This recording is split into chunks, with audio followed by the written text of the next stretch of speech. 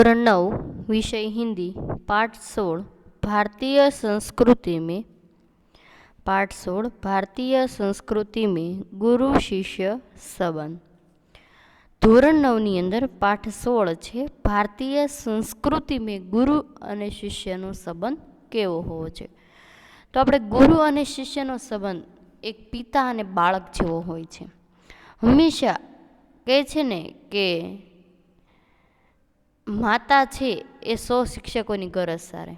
માતા છે તે બાળકની એક શિક્ષક, માતા, ગૃહિણી, જે જવાબદારીભર્યું પાત્ર ગણાય। તો ગુરુ એટલે આપણે કોને કહીએ છીએ કે જે આપણને કંઈક જ્ઞાન આપે છે, કંઈક શિક્ષા આપે છે, કંઈક આપણને જીવનનો કંઈક માર્ગ બતાવે છે, એવી જે વ્યક્તિ આપણને જે મળી છે એ વ્યક્તિને આપણે ગુરુનું બિરદાન આપી શકીએ છીએ। भारतीय संस्कृति में गुरु शिष्य संबंध जिमना लेखक छे आनंद शंकर माधवन।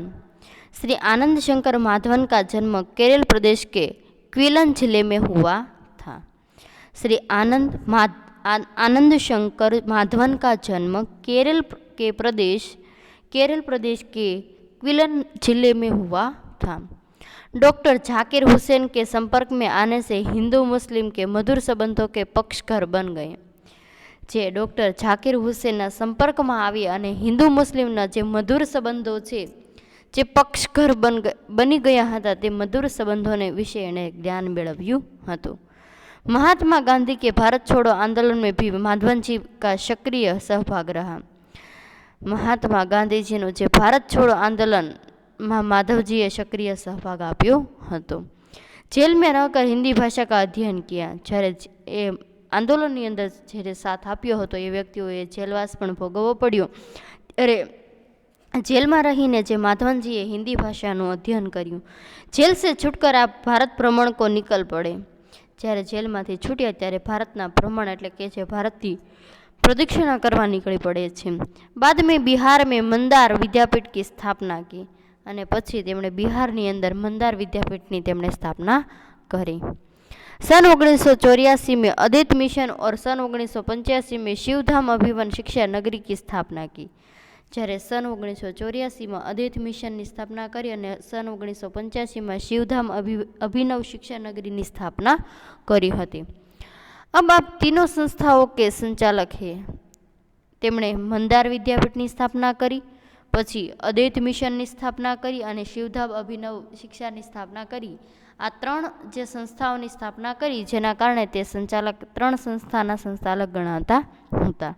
मलयालम तथा तमिल दोनों ही भाषाओं पर पूर्ण अधिकार होने के बावजूद આપણે हिंदी साहित्य में सृष्टि की। તેમણે મલયાલમ અને તામિલ જે ભાષાઓ છે તેમને પૂર્ણ અધિકાર છે કે બંને ભાષા પોતાની માતૃભાષા ગણાય, છતાં પણ તેમણે हिंदी સાહિત્યમાં સૃષ્ટિ પણ લીધી। आपके विषयों में दार्शनिकता, आधुनिकता एवं आध्यात्मिकता का बाहुल्य है। दार्शनिकता, आधुनिकता અને આધ્યાત્મિકતા, આધ્યાત્મિક જ્ઞાન, આધુનિકતા એટલે જૂની પુરાણી સંસ્કૃતિને જાળવવા અને ગુરુ શિષ્યનો સંબંધ શું કહેવાય એ વિશે આપણને શીખવે। અને દાર્શનિકતા કે તેમની વાણી સાથે શું મૂલ્ય છે દર્શાવેલા તેના વિશે। बिखरे हीरे अनल शलाका हिंदी आंदोलन आमंत्रित मेहमान आरती, उषा, संजीवनी आदि आपकी प्रमुख रचनाएं हैं। आमंत्रित मेहमान बिहार राष्ट्र भाषा परिषद द्वारा पुरस्कृत हैं।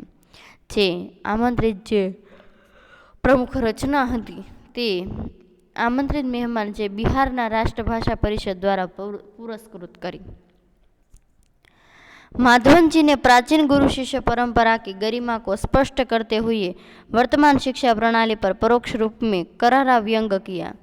માધવનજીને પ્રાચીન ગુરુ શિષ્ય પરંપરા જે જૂની પુરાણી પરંપરા હતી એ પરંપરાની જે ગરિમા છે તે સ્પષ્ટ કરતા વર્તમાન શિક્ષા પ્રણાલી કેવી છે અને પરોક્ષ રૂપે તેનું કરારા વ્યંગ કેવું છે, એટલે કે છે કે તે પરોક્ષ રીતે બતાવવા માંગે છે કે પહેલાંના જમાનામાં ગુરુ શિષ્ય વિશેનો સંબંધ કેવો હતો અને અત્યારના ગુરુ અને શિષ્ય વચ્ચેનો કેવો સંબંધ છે એ વિશે આપણને પરોક્ષ રીતે સમજાવવા માંગે છે।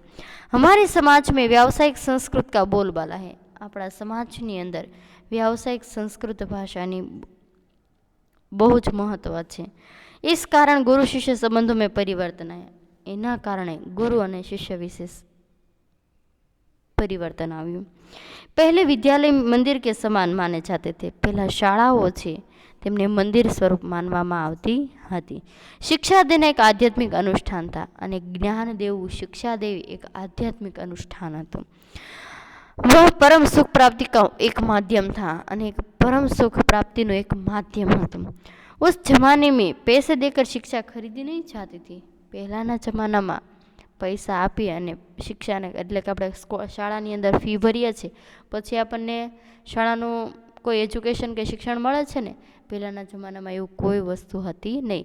जेम जेम टेक्निकल साधनों वधता जाय छे, जेम जेम मोंघवारी वधती जाय तो टेक्निकल युगनी साथे साथे आनी अंदर पण परिवर्तन आवी चूक्युं छे। क्या आज वैसी स्थिति है? शुं आज एवी परिस्थिति छे? क्या आज शिक्षा के क्षेत्र में वही निष्ठा वही त्याग नजर आता है?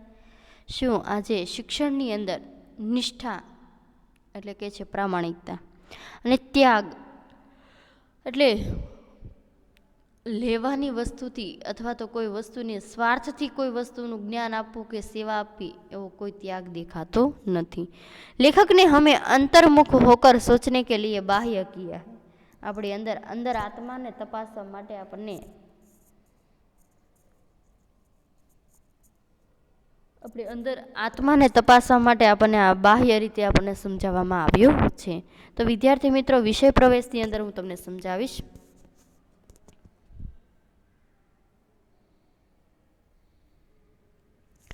तो प्राचीन भारत में गुरु शिष्य संबंध की एक उज्जवल परंपरा थी। पहलाना जमाना में भारतनी अंदर एटले के पहलाना समयनी अंदर भारत में गुरु और शिष्य संबंधनी एक उज्जवल परंपरा हती।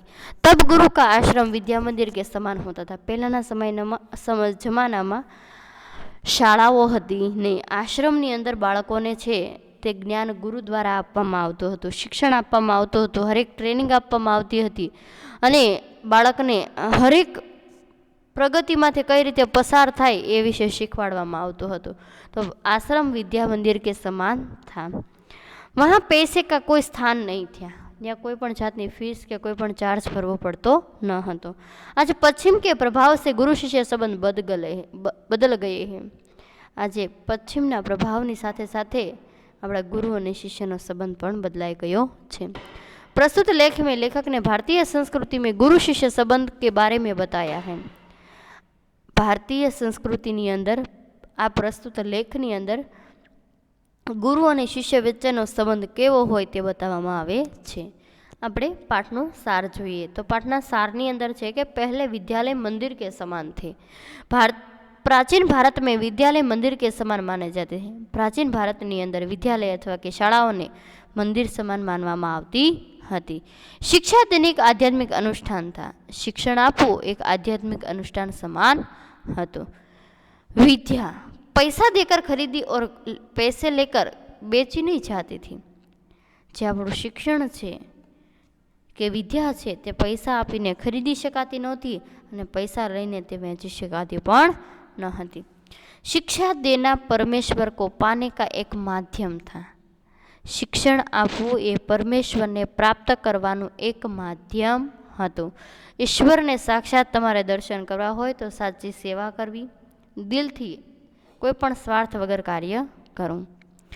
शिष्य पुत्र से अधिक प्रिय होते हैं। हमेशा शिष्य ए अपना पोताना बाळक करता पण वधारे प्रिय होय छे। आज की स्थिति, आज यूरोप के प्रभाव से शिक्षा क्षेत्र में व्यावसायिक संस्कृति आ गई है। आज यूरोपना प्रभाव थी शिक्षण क्षेत्रनी अंदर व्यावसायिक संस्कृति आवी गई है। शिक्षण वेतनभोगी हो गए हैं और शिक्षकों ये वेतनभोगी थे गया है और शिष्यों को शुल्क देकर विद्या प्राप्त करनी पड़ती है अने शिष्योए फी आपीने विद्या प्राप्त करवी पड़े छे। आज शिक्षण कार्य पेट पालने का साधन बन गया है। आज शिक्षण कार्य पेट भरवानुं साधन बनी गयुं छे।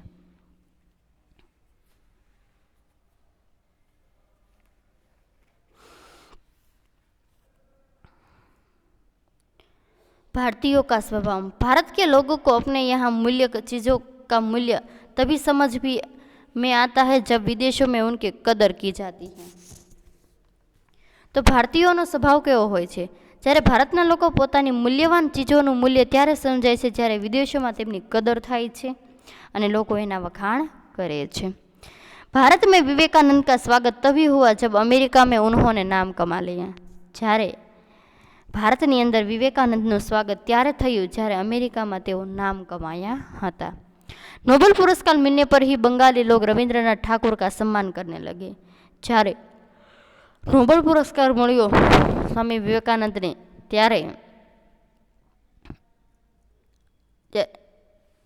ત્યારે જ એક મિનિટ અમેરિકાની અંદર વિવેકાનંદનું સ્વાગત થયું ત્યારે જ આપણા ભારતીયોએ તેમને સ્વીકાર્યા। રવિન્દ્રનાથ ઠાકોરનું સન્માન મળ્યું અને તેને નોબેલ પુરસ્કાર પ્રાપ્ત થયો ત્યારે બંગાળી લોકો રવિન્દ્રનાથ ઠાકોરનું સન્માન કરવા લાગ્યા। भरतनाट्यम और कथकली जैसे नृत्य विदेशों में लोकप्रिय होने के बाद भी यहाँ लोकप्रिय हुए। भरतनाट्यम અને કથકલી જેવા નૃત્યો છે તે વિદેશોમાં લોકપ્રિય થયા ને પછી જ ભારતમાં પણ લોકપ્રિય થયા। आज भारत में अमेरिका, इंग्लैंड या जर्मनी जाना स्वर्ग जाने जैसा लगता है। आज भारतनी अंदर अमेरिका, इंग्लैंड के जर्मनी जेवुं स्वर्ग जेवुं लागे छे। वे यह नहीं जानते थे कि जर्मनी का विद्वान मैक्स मुलर भारत में आने के लिए जीवन भर प्रार्थना करता रहा। तेमने ये खबर नहीं कि जर्मनीना जे विद्वान मैक्स मुलर भारत आववा माटे ते जीवनभर प्रार्थना करता हता, छतां पण ते जिंदगी पोतानी प्राप्त એટલે કહે છે કે જીવનની અંદર તે ભારતની સફર કરી શક્યા નહીં। पत्रकार को गामा पहलवान का उत्तर। सुप्रसिद्ध पहलवान गामा ने मुंबई आकर दुनिया के सारे पहलवानों को उनसे कुश्ती में जीतने के लिए ललकारा। एक सुप्रसिद्ध पहलवान गामा હતા તે મુંબઈ આવી અને દુનિયાના સારા જે પહેલવાન કુસ્તીની અંદર જે તાકતવાર વ્યક્તિ હોય એની સામે તેને લડવા માટે કે જીતવા માટે લલકારે છે। एक पत्रकार ने गामा से कहा, दुनिया के पहलवानों को ललकारने से पहले आप अपने अमुक शिष्य से लड़कर तो जीत कर तो दिखाइए।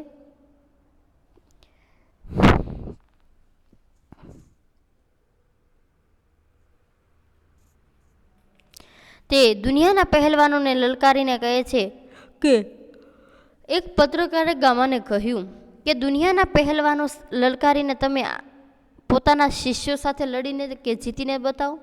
गामा ने उस पत्रकार को उत्तर दिया, आप जितनी बात कर रहे हैं वह मेरा शिष्य है। गामा कहे छे पत्रकार ने, आप जिसकी बात कर रहे हो એટલે કે તમે જેની પણ વાત કરી રહ્યા છો એ મારો શિષ્ય છે। मुझे वह मेरे बेटे से भी प्रिय है। मारा बाळक करता पण मारो शिष्य के વધારે प्रिय छे। उसमें और मुझ में कोई फर्क नहीं। मारा अने मारा शिष्यनी अंदर कोई पण फर्क देखाशे नहीं। मैं लड़ा या वह लड़ा, दोनों बराबर ही होगा। हूँ लड़ीश के मारो शिष्य लड़शे, बंनेनी शक्ति बराबर ज छे, एमां कोई पण जातनो संकोच छे नहीं। मैं चाहता हूँ कि वह मुझसे ज़्यादा नाम कमाए। मुझे लगता है आप हिंदुस्तानी नहीं है। કે મને એવું લાગે છે કે મારા કરતાં તે વધારે નામ કમાય અને જ્યારે એનો જે સામેનો પહેલવાન છે એ ગામાને કહે છે આપ ગામાએ પહેલવાનને કહે છે आप हिंदुस्तानी छो नहीं। उत्तम शिष्य मिलना बहुत मुश्किल। हमारे देश में गुरु शिष्य परंपरा यदि कहीं जीवित है तो वह पहलवानों और संगीतकारों में है। अपना भारत देशनी अंदर गुरु शिष्य वच्चे जे परंपरा जो जीवित होय तो एक पहलवानों और संगीतकारों अंदर छे। भगवान रामकृष्ण परमहंस को बहुत प्रार्थना करने के बाद विवेकानंद मिले थे। भगवान रामकृष्ण ये पण पोताना उत्तम शिष्य प्राप्त करवा माटे प्रार्थना करी त्यारे छे तेमने विवेकानंद जेवा शिष्य मळ्या हता। ईसा मसीह ने अपने अनुयायी को अपने से अधिक महत्व दिया है। जे